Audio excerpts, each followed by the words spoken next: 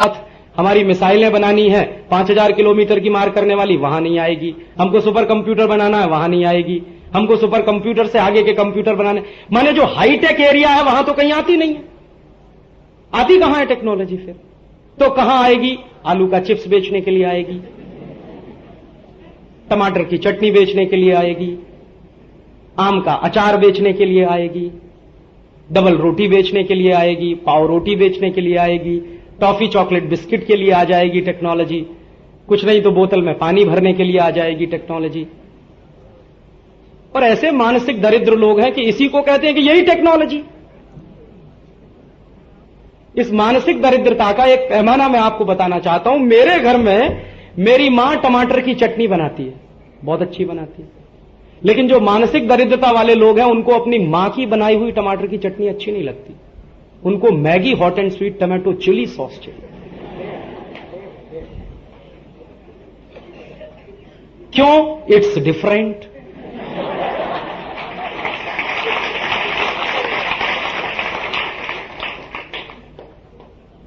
और मेरी मां बनाती है, आप सबकी मां बनाती होगी, कुछ खास बात है क्या टमाटर की चटनी बनानी? लेकिन वो नहीं खाएंगे, अभी खाएंगे अमेरिका से जो बन के आएगी।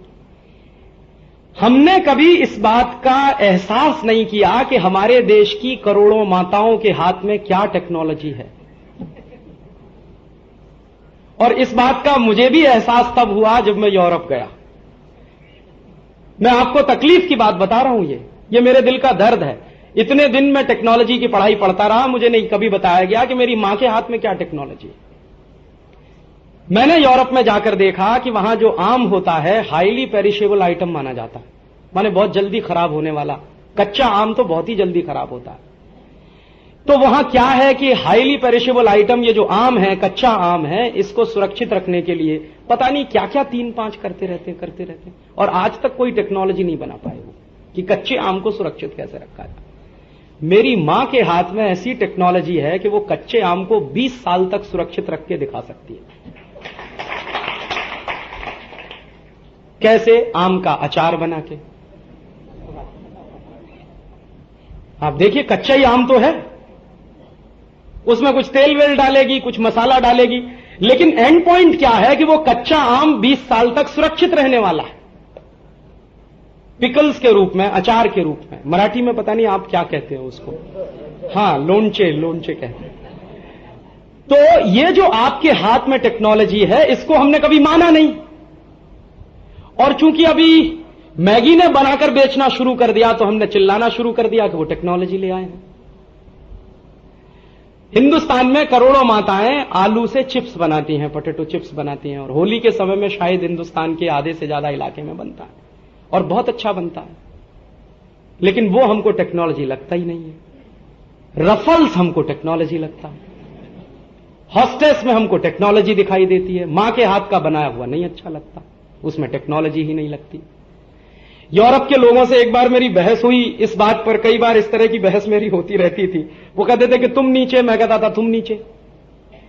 तो कहने लगे अच्छा उदाहरण दो उसका। मैंने कहा चलो उदाहरण सुनो तुम। तो पूरे यूरोप में आज तक इतनी तरक्की हुई है, लेकिन उनको दूध से घी निकालना नहीं आता, पूरे यूरोप में, और शायद अमेरिका में भी यही हालत। दूध से घी कैसे बनाया जाए उनको समझ में ही नहीं आता। वो दूध से मक्खन निकाल लेते हैं, लेकिन दूध से घी बनाना उनको नहीं आता है। और दूध से भी मक्खन कैसे निकालते हैं? सीधे दूध में से वो लगा देते हैं मशीन, उसमें से कुछ फैट निकल आता है, उसी को मक्खन मान के खा लेते हैं। तो मैंने कहा तुम तो इतने नीचे हो कि दूध से अभी घी बनाना नहीं सीख पाए 500 साल में। और हिंदुस्तान की एक एक घर में किसी से भी पूछ लो कि दूध से घी कैसे बनाया जाता है। इतना जबरदस्त टेक्नोलॉजी ट्रांसफर इस देश में हुआ है कि घर का छोटे से छोटा बच्चा बता देगा कि दूध से घी कैसे बनता। दूध को गर्म कर लो, फिर उसमें दही का जामन लगा दो, वो दही बन जाएगा। दही से ताक बना लो, ताक बनेगी तो उसमें से मक्खन निकल आएगा, उस मक्खन को गर्म कर लो, घी बन जाए। सब जानते हैं, मैं भी जानता हूं, आप भी सब जानते हैं। लेकिन अमेरिका में कोई नहीं जानता इसे, यूरोप में कोई भी नहीं जानता, बिल गेट्स भी नहीं जानता, माइक्रोसॉफ्ट का मालिक, उसकी बीवी भी नहीं जानती। तो हमने कभी माना ही नहीं कि यह कोई टेक्नोलॉजी भी है हमारे पास। अभी कुछ अमेरिकन कंपनियां घुस गई हिंदुस्तान के बाजार में और उन्होंने मक्खन बेचना शुरू कर दिया और कुछ नकल करके घी बेचना भी शुरू कर दिया है, तो हमने मान लिया है कि वो टेक्नोलॉजी आ रही है वहां से। तो हमारी ये जो मानसिक दरिद्रता है कि हमको हमारी टेक्नोलॉजी दिखाई नहीं देती और वहां से कुछ भी अंड बंड शंड आ जाए, बेवकूफी की चीजें आ जाए, हम शुरू कर देते हैं कि ये टेक्नोलॉजी है। उदाहरण के लिए फास्ट फूड, अभी फास्ट फूड में मैगी आ जाए, वो सड़े हुए मैदे से जो बनती है तो वो टेक्नोलॉजी है। हर एक के घर में जो सेवइयां बनती हैं वो क्या है? और इतनी ही जल्दी तैयार होती है सेवई जितनी जल्दी मैगी तैयार होती है। हजारों साल से बनती आई है इस देश में, तो वो हम मानते ही नहीं कि वो कोई टेक्नोलॉजी है। उदाहरण के लिए पिज्जा या हैमबर्गर या हॉट डॉग या कोल्ड डॉग, नाम भी सुनिए, hot dog, cold dog, pizza, hamburger, क्या मतलब है इनका? कोई नहीं जानता। तो वो बेचारे ले आए यहां से, मैकडोनल्ड आ गया, भारत सरकार ने दरवाजा खोल के बुला लिया, महाराष्ट्र में उसका काम चालू करा दिया, बंबई में। तर्क यह है कि साहब वो टेक्नोलॉजी लेके आए हैं, तो क्या बनाएंगे? पिज्जा बनाएंगे, हैमबर्गर बनाएंगे। क्या है पिज्जा हैमबर्गर? कुछ नहीं है, वो गांव गांव गली गली बंद बिकता है ना, डबल रोटी से थोड़ा फर्क बंद बिकता है, वही पिज्जा है, वही बर्गर है, वही वो है, वही सब है, हॉट डॉग है, वही कोल्ड डॉग है। बीच बीच में उसमें चीजें बदलती जाती हैं, कहीं पे सलाद वाली चीज भर दीजिए, कहीं पे थोड़ा मांस वाली चीज भर दीजिए, कहीं पे कुछ भर दीजिए, है तो वही चीज। तो हिंदुस्तान के गांव गांव गली गली में बनता है, वो मंजूर नहीं है महाराष्ट्र सरकार को, लेकिन वो मैकडोनल्ड को बुला लाए हैं और कह रहे हैं कि अभी देखिए टेक्नोलॉजी बेचेगा, ये पिज्जा ले आए हैं। और एक तो ऐसे भी व्यक्ति मुझे मिले, इतने मानसिक दरिद्र, कहने लगे राजीव भाई आप देखिए, अगर आप मानते हैं कि ये टेक्नोलॉजी थी तो हिंदुस्तान की कोई कंपनी ने बना के क्यों नहीं आज तक खड़ा किया इतना बड़ा नेटवर्क? मैंने कहा कोई पागल थोड़ी है आपकी तरह से। कहने लगा क्यों? मैंने कहा जब रोज घर में सवेरे शाम ताजी रोटी मिलती हो खाने की, गरम गरम गोल गोल फूली हुई, तो क्या पागल कुत्ते ने काटा है जो मैं खाऊं वो 10 दिन पुराना? क्योंकि यूरोप में मैंने किसी घर में नहीं देखा यूरोप में कि कोई पत्नी अपने पति के लिए गरम गरम रोटी बना के खिलाए, कोई मां अपने बेटे के लिए गरम गरम रोटी बना के खिलाए। और जितने दिन मैं रहा तो तरस गया कि ये गरम गरम रोटी भी बनाना खिलाना नहीं जानते हैं, क्योंकि उनको रोटी बनाना नहीं आता। कंटेंट वही है, आटा है ना गेहूं का, आटा हमारे पास भी है, वो उसी आटे को सड़ाते हैं, डबल रोटी बनाते हैं, बर्गर बनाते हैं, ये करते हैं। हम भी उसी आटे को पानी से गूंथते हैं, सड़ाते नहीं है, उससे गोल गोल रोटी बना लेते हैं। माने क्या है? हमारा दिमाग ज्यादा फंक्शनल है। रॉ मटेरियल तो एक ही है ना, उसमें तो कोई फर्क नहीं है ना। तो उनको आप रॉ मटेरियल दे दीजिए गेहूं का आटा, तो वो उससे सड़ाएंगे, फिर उस मैदा बनाएंगे, मिलाएंगे, डबल रोटी बनाएंगे, खाएंगे, ठूसेंगे मुंह में। और हमारे पास तो कुछ ज्यादा अद्भुत चीज है, गरम गरम खाएंगे, उसकी न्यूट्रिशनल वैल्यू भी ज्यादा होगी, और गरम रोटी का जो स्वाद होता है वो तो, और रोटियां भी कितनी अद्भुत। गुजरात में चले जाइए तो भाकरी खा लीजिए, महाराष्ट्र में चले आइए तो वो क्या बनती है, एक विशेष पूरन पूड़ी, यहां खा लीजिए आप। मेरे उत्तर प्रदेश में चले जाइए तो हाथ से बनी हुई खा लीजिए, और पंजाब की तरफ चले जाइए तो गोभी मिला के तुमको बना के खिला देंगे। तो रोटियां भी इतनी अद्भुत तरह की, तो ये क्या टेक्नोलॉजी ट्रांसफर नहीं है? और इतने बड़े पैमाने पर यह टेक्नोलॉजी ट्रांसफर हुआ है कि जीवन के काम के साथ समरस हो गया है। तो हम इतने मानसिक दरिद्र आज भी क्यों हैं कि अपनी समरसता को देख नहीं पा रहे और बुला के ला रहे हैं उन कंपनियों को जिनकी हमें कोई शायद जरूरत भी नहीं। ये जो दरिद्रता के लक्षण इस देश में नेताओं के हों या अर्थशास्त्रियों के हों या योजनाकारों के हों, वो सब इस देश के लिए खतरनाक साबित हो सकते हैं। इसलिए मैं बार बार कह रहा हूं कि आने वाले की पूरी प्रकृति, उसके बैकग्राउंड को समझना बहुत जरूरी है अपना दरवाजा खोलने से पहले। और आज ये विषय चूंकि उठ गया कि बिल क्लिंटन आएंगे और हमारे यहां के वैज्ञानिकों को वापस भेजा जा रहा है, तो शायद मैं इसमें चला गया। और इसी से थोड़ा नीचे और चलिए कि अपने मन से कुछ मानसिक दरिद्रताएं जितनी जल्दी से निकाल सके निकाल दीजिए। जैसे उदाहरण के लिए हमने कुछ गलत परिभाषाएं तय की हुई हैं इस देश में।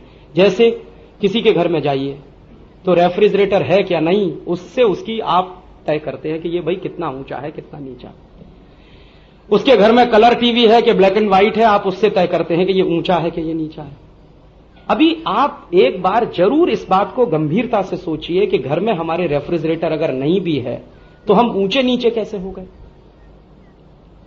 यूरोप के देशों में रेफ्रिजरेटर है, वो हमारे देश में भी आ गया, तो हमने क्यों मान लिया कि हम ज्यादा ऊंचे हो गए। यूरोप के देशों में तो रेफ्रिजरेटर इसलिए आया कि उनको जरूरत थी उसकी, और जरूरत इसलिए थी उनको शायद उसकी कि आप जानते हैं ज्यादा यूरोप के देश तो ठंडे बहुत हैं और सूखा मौसम है, ज्यादा समय तो सूखा मौसम रहता है, और बहुत ज्यादा सर्दी अगर पड़े तो भी खाना खराब होता है, बहुत ज्यादा गर्मी पड़े तो भी खाना खराब होता है। हमारे यहां टेम्परेचर काफी बैलेंस रहता है, 30 के ऊपर बहुत मुश्किल से कभी कभी जाता है, 30 डिग्री सेंटीग्रेड के ऊपर। तो वहां temperature -20 degree centigrade, -30 degree centigrade, -40 degree centigrade, तो खाना बहुत जल्दी खराब होगा। 30 सेंटीग्रेड 30 डिग्री से ऊपर चला जाएगा तो खाना जल्दी खराब होगा। तो उनकी तो प्रॉब्लम थी कि बहुत ज्यादा समय ऐसे टेम्परेचर वेरिएट करता, इसलिए कोई ऐसी मशीन चाहिए, तो उन्होंने रेफ्रिजरेटर ईजाद किया। एक और प्रॉब्लम मैंने देखी है, फ्रांस में तो मैं अक्सर देखता था, ताजी सब्जी रोज नहीं मिलती, आप चाहे जितने करोड़पति होइए वहां पर। वो तो अभी कुछ दिनों से साउथ अफ्रीका के देशों का शोषण ज्यादा करना शुरू किया तो उनको मिल जाती है, अदरवाइज तो कुछ साल पहले तक बहुत आसानी से ताजी सब्जी नहीं मिलती थी। सप्ताह में 1 बार मिलेगी या 2 बार मिलेगी या 3 बार मिलेगी, तो लोग इंतजार करेंगे कि सप्ताह में कब वो दिन आए तो ताजी सब्जी खरीदें। तो जिस दिन आया उस दिन इकट्ठी खरीद के ले गए और उसको भर के रख दिया, तो हफ्ता भर काम चलाना है। दूसरा, ऐसी संस्कृति नहीं है वहां पर कि आप ताजा खाना बनाएं और खाएं। शायद ही यूरोप में कोई ऐसा घर होगा जो प्रॉपर लंच करता हो, ठीक तरीके से लंच करता हो, ऐसा घर शायद ही एक मिलेगा कोई आपको, या 2 मिल जाएंगे।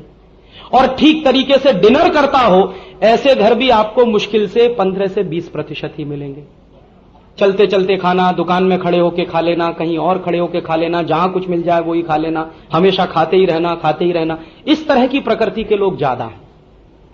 तो वहां तो परेशानी कुछ है, और यह परेशानी कुछ गहरी परेशानी है, क्योंकि प्रकृति ने उनके ऊपर मेहरबानी नहीं की है, सूखा बना दिया है पूरा का पूरा मौसम, और बहुत सालों तक तो खेती नहीं हुई है पूरे यूरोप में। आपका अंदाजा नहीं है, 1690 के पहले यूरोप के किसी भी देश में खेती नहीं होती थी। खेती होने का काम 1690 के बाद शुरू हुआ, और वो भी तब जब हिंदुस्तान से हल गया है इंग्लैंड, तब खेती हुई है वहां पर। हल बनाना भी नहीं आता था उनको, हल यहां से गया, यहां से हल देखकर उन्होंने हल बनाना शुरू किया, फिर खेत जोतना शुरू किया। तो खेती तो बहुत बाद के विकास की कहानी है, और उद्योग तो अभी 250-300 साल पुराने। इंडस्ट्रियल रिवॉल्यूशन के पहले कौन से उद्योग के बारे में आप जानते हैं इंग्लैंड के या यूरोप के?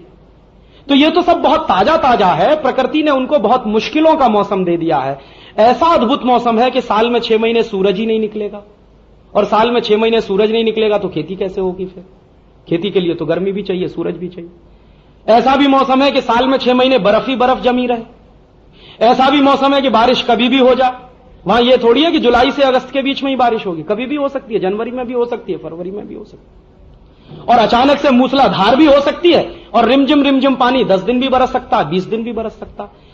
तो मौसम की इतनी अनसर्टेनिटी है, इतनी अनिश्चितता है, और प्रकृति ने इतना दुर्गम बनाया है वहां जिंदा रहने का रास्ता। उन दुर्गमताओं से, उन अनिश्चितताओं से बाहर आने के लिए उनको बहुत सारी चीजें खोजनी पड़ी। उसमें से एक निकला रेफ्रिजरेटर। उन्होंने उसको इस्तेमाल किया। उसके बाद उनको संकट दिखाई देने लगा। उसका संकट यह दिखाई देने लगा कि रेफ्रिजरेशन के बाद चीजों के न्यूट्रिशनल वैल्यू कम होने लगे। फिर उसके बाद सीएफसी का प्रॉब्लम आ गया, क्लोरोफ्लोरोकार्बन का प्रॉब्लम आ गया। फिर पर्यावरण प्रदूषण का संकट खड़ा हुआ, तो उनको लगा कि अभी तो भाई इसको निकाल के फेंको। और अमेरिकन लोगों में, खासकर यूरोपियन लोगों में एक बड़ी बुरी आदत पड़ गई है फ्रिज आने के बाद, हमेशा ठंडा पानी पीना, पानी में भी बर्फ डाल डाल के पीना, क्यूब्स, आइस क्यूब्स डाल डाल के पीना। और आप जानते हैं जितना ज्यादा ठंडा पानी पिएंगे कॉन्स्टिपेशन उतना ही ज्यादा होगा। यूरोप का हर व्यक्ति कॉन्स्टिपेशन का मरीज, सामान्य रूप से आप सर्वे करा लीजिए। अमेरिका में उससे भी जबरदस्त कॉन्स्टिपेशन। मैं तो अद्भुत आश्चर्य करता था, यूरोप में मेरे जिन दोस्तों को देखता था 2-2, 3-3, 4-4 दिन टॉयलेट नहीं जाते, इतना कॉन्स्टिपेशन। एक बार तो मैंने एक ऐसे भी डॉक्टर से मुलाकात की पेरिस में जो कॉन्स्टिपेशन का एक्सपर्ट, तो मैं गया कि जरा देखूं क्या दवा देता है वो। देता हूं कि फ्रिज का पानी पीना बंद कर दो और फ्रिज में रखी हुई चीज खाना बंद कर दो। फिर दूसरा संदेश ये देता हूं कि पानी को गर्म करके पीना शुरू कर दो। मैंने कहा फिर क्या होता है कि 15 दिन के बाद आके कहता है कि कॉन्स्टिपेशन ठीक हो गया। मैंने कहा फीस कितनी लेते हैं? तो डॉलर में हिसाब मैंने लगाया, स्विस फ्रांक की एक अलग करेंसी है, लेकिन डॉलर के हिसाब से $250 लेता, सिर्फ ये बताने के लिए कि गर्म पानी पियो और फ्रिज में रखी हुई चीज मत खाओ। तो मैंने कहा आप क्या डॉक्टर हैं? ये बात तो हिंदुस्तान की हर दादी मां जानती है, हर नानी मां जानती है, हमारे घर में तो घर घर में डॉक्टर है। तो उनकी तकलीफ हुई तो उन्होंने फ्रिज इस्तेमाल किया, रेफ्रिजरेटर इस्तेमाल किया, फिर तकलीफ बढ़ी तो फ्रिज को छोड़ना भी शुरू किया, रेफ्रिजरेटर को छोड़ना भी शुरू किया। अब जब छोड़ना शुरू किया तो संकट हुआ कि इसको कहां ले जाएं। तो किसी बेवकूफ ने बता दिया कि भारत में ले जाओ, क्योंकि मानसिक दरिद्रता के लोग यहीं बहुत ज्यादा रहते हैं। तो आ गया वो यहां पे फ्रिज। अभी जब शुरू शुरू में फ्रिज आया था तो उसका किस्सा ये था कि सरकार ने ये कहा था कि ये सिर्फ हॉस्पिटल्स में रखा जाएगा। तर्क उसका यह था कि दवाएं कभी कभी ज्यादा टेम्परेचर पे खराब हो जाती हैं और आंखों से संबंधित कुछ आई ड्रॉप्स ऐसे होते हैं जो निश्चित रूप से धूप बढ़ने पर, गर्मी बढ़ने पर खराब हो जाते हैं, तो इनको रखने का काम फ्रिज करेगा। तो बात वहां तक तो ठीक थी। उसके बाद दुष्चक्र यह हुआ कि जो कंपनी लेके आई उसको लगा कि भारत में तो बहुत बड़ा मार्केट है, तो उन्होंने एडवर्टीजमेंट करना शुरू किया। एडवर्टीजमेंट क्या आया कि रेफ्रिजरेटर बहुत क्वालिटी प्रोडक्ट है, जिनके घर में नहीं वो घर बहुत नीचा। जैसे आजकल आता है कि वीपीएल की वॉशिंग मशीन जिनके पास नहीं वो सबसे फिसड्डी, बाकी सब बहुत ऊंचे। तो रात दिन दनादन, उस समय टेलीविजन तो नहीं था, लेकिन अखबारों में, प्रिंट मीडिया में, मैगजीन्स में, जगह जगह चर्चाओं में इस तरह की बातें शुरू हो गई। फिर क्या हुआ, हिंदुस्तान में कुछ ऐसे भी कंपनियों के एजेंट खड़े किए गए जो फ्रिज में रखाई आइसक्रीम को खिलाने लगे, भाई खा के देखो, देखो कितनी अच्छी बनती है, तो मुफ्त में खिला रहे हैं तो चलो खा लो। क्योंकि हमारी तो एक और प्रॉब्लम है ना, मुफ्त में कोई जहर भी दे दे तो खा लो, तो खा लो भाई इसको। तो खाना चालू कर दिया। होते होते उसके बारे में मन में कुछ प्रतिष्ठा बनने लगी और एक दिन तय हो गया कि भाई हिंदुस्तान के किसी अमीर आदमी ने फ्रिज खरीद लिया। तो फिर देखा देखी, अरे पड़ोसी के घर में तो मेरे घर में क्यों नहीं। हिंदुस्तान में एक और बड़ा संकट है कि भला उसकी कमीज मेरी कमीज से ज्यादा सफेद कैसे।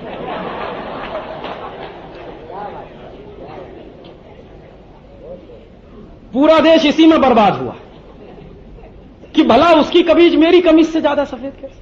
फंस गए चक्कर में कि अभी उनके घर में तो मेरे घर में क्यों नहीं। और उसके तरीके क्या हैं? उसके तरीके ये हैं कि एक दो बार उसमें से जमी हुई बर्फ ले आए तो फिर कहा, अरे बार बार जाने में शर्म आती है, क्यों नहीं अपने घर में ले लेते। मैं मेरे घर का किस्सा सुना रहा हूं आपको, ये किसी और के घर। मेरी मां कह रही है मेरे पिताजी से, रोज पड़ोसी के घर में जाना पड़ता है बर्फ लेने के लिए, आप क्यों नहीं ले लेते इसको। और हमारे पिताजी तर्क दे रहे हैं कि उसकी जरूरत क्या है, कि अरे बहुत जरूरत है, देखो ठंडा पानी मिलता है, ये है वो है। अब उसमें ठंडा पानी बाकी सब बातें माइनस है। जो मैंने मार्क किया मेरी मां को वो ये कि पड़ोसी के घर में है, हमारे घर में। और आप तो इतने बड़े ऑफिसर हैं, वो तो आपके ऑफिस में क्लर्क जैसा है, और आप नहीं लेंगे तो फिर क्या हो जाएगा और कैसे हो जाएगा। तो आ गया सत्यानाशी हमारे। अब जब आ गया तो हमको ये नहीं मालूम कि उसको हैंडल कैसे करें। जो मशीन किसी एक दूसरे ओरिजिन से आई, आपकी जरूरत नहीं थी, लेकिन जबरदस्ती आपने अपनी जरूरत बनाई, तो उसको हैंडल करना भी एक प्रॉब्लम है। तो हैंडल कैसे किया जाए, तो वो आके रख गई। तो फिर परेशानी हमारे घर में ये शुरू हुई कि भाई ये खाली फ्रिज कैसे रहे। हां, कोई पड़ोसी आ गया, खोल के देख लिया तो क्या होगा, बेइज्जती हो जाएगी। तो मुझको भेजा जाता था कि जा सब्जी लेके आ। तो पहले मेरा काम यह था कि रोज सवेरे उतनी ही सब्जी लाना जितनी दोपहर में बनेगी और शाम को दोबारा लेके आ। फिर मुझको आदेश दिया गया कि 5 दिन की सब्जी ले आ, 7 दिन की सब्जी ले आ, क्योंकि भर के रखनी है ना, अभी कोई आएगा तो खाली कैसे देखे। तो सब्जी लाना और भरना चालू कर दिया। फिर कुछ हिस्सा ऐसा भी था, अरे इसमें सॉफ्ट ड्रिंक की बोतल भी रखनी चाहिए अब तो उसमें सॉफ्ट ड्रिंक की बोतल भी रखना शुरू कर दिया। फिर एक दिन मेरी मां को लगा कि अरे अभी तो एक हिस्सा खाली रहता है, तो क्या करना है, तो पहले आटा ज्यादा गूंदना है, फिर बचाना है, फिर उसमें रखना।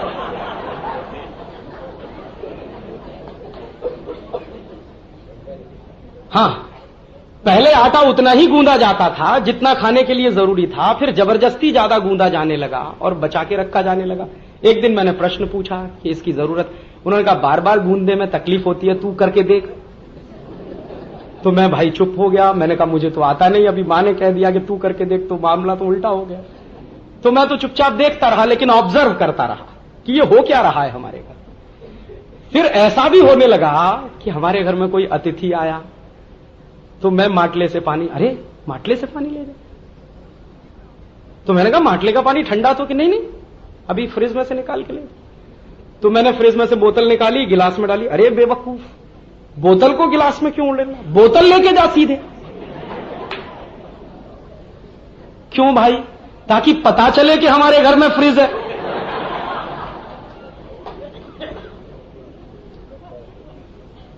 अगर बोतल का पानी हम गिलास में निकाल लेंगे तो पता नहीं वो माटले का है कि फ्रिज का है, अतिथि के मन में द्वंद्व तो पैदा हो ही जाएगा। तो पक्की व्यवस्था बने, इसलिए बोतल साथ में गिलास लेके जा और रख दे वहां पे, उसको निकाल के पीना होगा तो पिएगा। तो अतिथि को भी, अच्छा आपके घर फ्रिज आ गया कि हाँ आ गया। तो उन्होंने कहा अच्छा ऐसा है, कल से हम हमारा दही आपके घर में रख जाएंगे। तो अब उनका दही आने लगा हमारे घर में।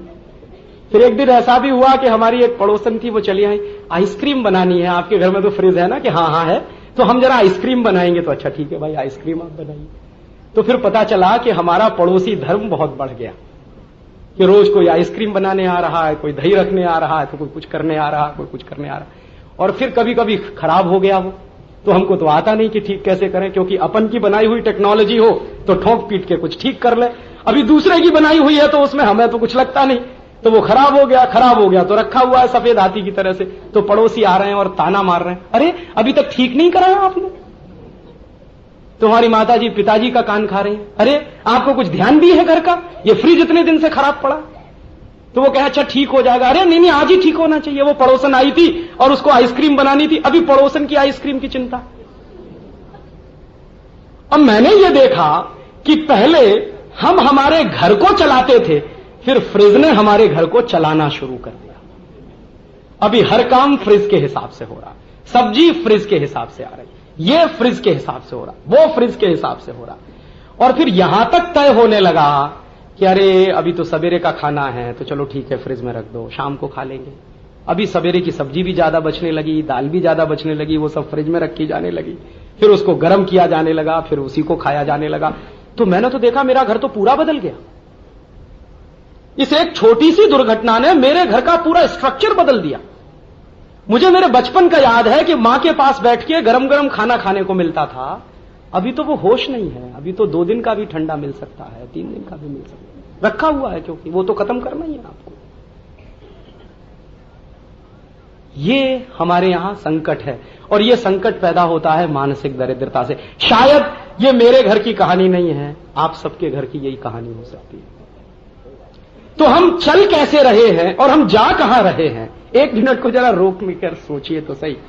बाहर बनी हुई कोई भी टेक्नोलॉजी, बाहर बनी हुई कोई भी मशीन हमेशा हमारे जरूरत की होगी, ये बिल्कुल सच नहीं है। और अगर यही उदाहरण देखना हो तो वॉशिंग मशीन का भी आप देख सकते हैं। मुझे बराबर याद है कि मेरे घर में वॉशिंग मशीन आने के पहले कपड़े मुश्किल से 4 या 5 होते थे धुलने के लिए, और हम सब अपने अपने कपड़े धो लेते थे बचपन में। मैंने मेरा धो लिया, मेरे भाई ने मेरा धो लिया, फिर मेरी मां ने अपना धो लिया, मेरे पिताजी ने अपना धो लिया, या नहीं धोया तो कभी मैंने धो दिया, इस तरह का चलता था। अभी वॉशिंग मशीन आई तो ढेर का ढेर 10, 15, 20, 25 इकट्ठे धोए जा रहे। क्या मतलब है? पानी की बर्बादी कर रहे। मैंने देखा है कि कल धुला था बेडशीट, आज फिर पड़ा हुआ है वहां पे, क्योंकि वॉशिंग मशीन है। क्या मुश्किल लगता? कल धोया आज भी धो लो, परसों भी धो लो, फिर रोज धो लो। पहले हाथ से रगड़ के धोना पड़ता था, तकलीफ होती थी, तो सप्ताह में 1 बार धुलता था। अभी तो वॉशिंग मशीन है, इसलिए तकलीफ कुछ नहीं होने वाली है, पानी डालना, ये करना, वो करना, डाल दो, हो गया, बात खत्म हो गई। फिर एक नया संकट हमारे घर में है, संकट ये कि अभी फिर कभी कभी ऐसा भी हो जाए कि कोई दाग पड़ गया है तो वो छूटता नहीं है, तो वॉशिंग मशीन में दो, फिर दूसरी मेहनत करो उस पर, छूट ही नहीं रहा, लगातार मेहनत में लगे हुए। तो 2 गुना हमने देखा परिश्रम होने लगा। फिर अभी तो आप जाइए कहीं, आप तलाशिए, काम करने वाली बाई चाहिए तो पूछती है वॉशिंग मशीन है घर में, रेफ्रिजरेटर है आपके घर में, सर्फ मिलेगा आपके घर में, ये मिलेगा तब तो काम करने के लिए तैयार है, नहीं तो जयराम जी की। पहले हम धोते थे, मेहनत करते थे, थोड़ी एक्सरसाइज होती थी, बार बार जब हाथ लड़कते हैं तो ये एल्बो की एक्सरसाइज होती है। अभी मान लीजिए मुझे यहां गठिया हो जाए, रियूमेटिक आर्थराइटिस हो जाए, तो डॉक्टर कहेगा भाई इसको बार बार चलाओ। अब मैं तो चला ही रहा हूं उसको कपड़ा धोने के लिए, तो आपने वो मेरा चलाना बंद करके वॉशिंग मशीन खड़ी करवा दी। अब मुझे रियूमेटिज्म होना है तो फिर डॉक्टर कहेगा चलाओ इसको, चलाओ इसको, चलाओ इसको। बचपन में स्कूल चला जाता था पैदल पैदल, शरीर भी अच्छा रहता था, स्वास्थ्य भी अच्छा रहता था। अभी 9th में पढ़ने वाले हर विद्यार्थी के पास बाइक दिखाई देती है, या तो मोटरसाइकिल है या तो स्कूटर है।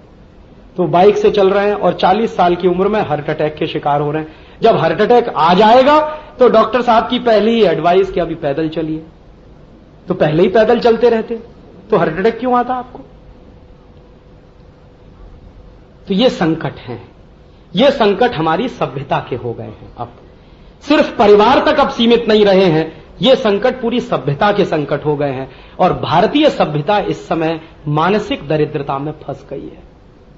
और वो मानसिक दरिद्रता एक वाक्य में मैंने आपको कह दिया, भला उसकी कमीज मेरी कमीज से सफेद कैसे। हर जगह यही लागू होता है, वो चाहे भारत अमेरिका की तुलना हो, भारत फ्रांस की तुलना हो, भारत ब्रिटेन की तुलना हो, आपके अपने पड़ोसी के बीच की तुलना हो, या पड़ोसी से आगे किसी की तुलना हो, मुश्किल हमारी ये हो गई है। और ये संकट बहुत गहरा है। और मेरी मान्यता ये है कि हमको पूरे देश को इस संकट में से बाहर निकालना है। तो आप पूछेंगे क्या रास्ता है? स्वदेशीकरण करना है इस देश का। कल तक आपने मेरे व्याख्यानों में सुना होगा, या परसों तक आपने मेरे व्याख्यानों में सुना होगा कि राजीव भाई कहते हैं कि ये मत खरीदो, वो खरीदो, ये मत खरीदो, वो मत खरीदो। ये सिर्फ वहां तक सीमित नहीं है, पूरे समाज का स्वदेशीकरण करना है। ये समाज कई स्तर पर विदेशी है। मेरे मन में दो बातें हैं जिसको लेकर मुझे कोई भी कंफ्यूजन नहीं है, कोई भी भ्रम नहीं है। पहली बात मैं ये मानता हूं कि या तो हम तय करें पूरे समाज के स्तर पर और पूरी शक्ति से अपने आप को यूरोप बना लें, जैसे पंडित नेहरू कहा करते थे। पंडित नेहरू ने अपनी ऑटोबायोग्राफी में बिल्कुल स्पष्ट लिखा है और पार्लियामेंट में इसको कई बार कहा है। उनसे जब जब पूछा गया कि भारत को लेकर आपके मन का सपना क्या है, हमेशा कहते थे कि भारत को यूरोप बनाना। भारत को भारत बनाने की बात कभी नहीं की, भारत को यूरोप बनाना। तो मान लीजिए पंडित नेहरू का ये जो सपना है वो हम सब अपना सपना बना लें और पूरी ताकत के साथ इस भारत को यूरोप बना दें। आप थोड़ी देर जरा कल्पना करिए कि अगर भारत को आप यूरोप बनाना चाहें तो आप बना पाएंगे क्या? ये इतना असंभव काम है जैसे आप एवरेस्ट को खोदने की कोशिश करें, बहुत ही असंभव काम। भारत को यूरोप तो आप नहीं ही बना पाएंगे। हां, भारत को अधकचरा जरूर बना देंगे, आधा यूरोप आधा भारत, या आधा अमेरिका आधा भारत। हम सब उसी में से निकले हुए हैं। ये जो हमारा देश का मिडिल क्लास है या अपर मिडिल क्लास है, ये आधा यूरोप है आधा भारत है। आधा यूरोप और आधा भारत ये खिचड़ी बन गया है। न तो सभ्यता और परंपरा में यूरोपियन हो पा रहा है और न सभ्यता और परंपरा में भारतीय हो पा रहा है। जैसे आप इसके उदाहरण समझने की कोशिश करें, आधे यूरोप और आधे अमेरिकी हम कैसे? आपने सुने हैं इस देश में नाम होते हैं पिंपल, डिंपल, पिंकी, टिंकू। हां, जरा बताइए क्या मतलब है टिंकू का? कोई बताए कि इसका मतलब ये है? ये आधा यूरोप आधा भारत होने की निशानी। और आप अपने आप को ऑब्जर्व करिए, आप आधे भारत और आधे यूरोपीय कैसे हैं? जैसे उदाहरण के लिए हिंदुस्तान में बचपन से हर एक मां बाप का, खासकर अपर मिडिल क्लास के मां बाप का, मेजॉरिटी में एक सपना है कि उनका बच्चा अंग्रेजी में पढ़े, कॉन्वेंट में पढ़े। तो कॉन्वेंट में और अंग्रेजी में पढ़ाने के लिए कुछ भी करने को तैयार है। मैंने तो इस देश में ऐसे मां बाप देखे हैं जिनके बच्चे अभी पैदा होने वाले हैं लेकिन रजिस्ट्रेशन हो चुका है, कॉन्वेंट में पहुंचाना है अपने बच्चे को, अंग्रेजी में पहुंचाना। मेरा अपना एक दोस्त है, उसके आधे यूरोप और आधा अमेरिकी होने का निशानी आपको बता रहा हूं। अहमदाबाद में रहता, 3.5 साल का उसका एक बेटा है, उसको कॉन्वेंट में भर्ती करा दिया उसने इस साल से। अभी मैं गया अहमदाबाद तो मुझे पता चला कि उसका बेटा कॉन्वेंट में जाने लगा।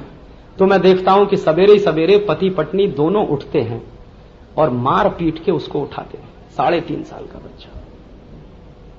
क्योंकि बस आएगी 6 बजे, तो 6 बजे अगर बस आएगी तो बच्चे को 5 बजे तो उठाना ही पड़ेगा। अब आप जानते हैं कि बच्चे को सबसे गहरी नींद आती है 3 बजे से लेकर 5 साढ़े 5 बजे के बीच में। ये सबसे गहरी नींद का समय है। उसी समय मार पीट के दोनों उसको उठा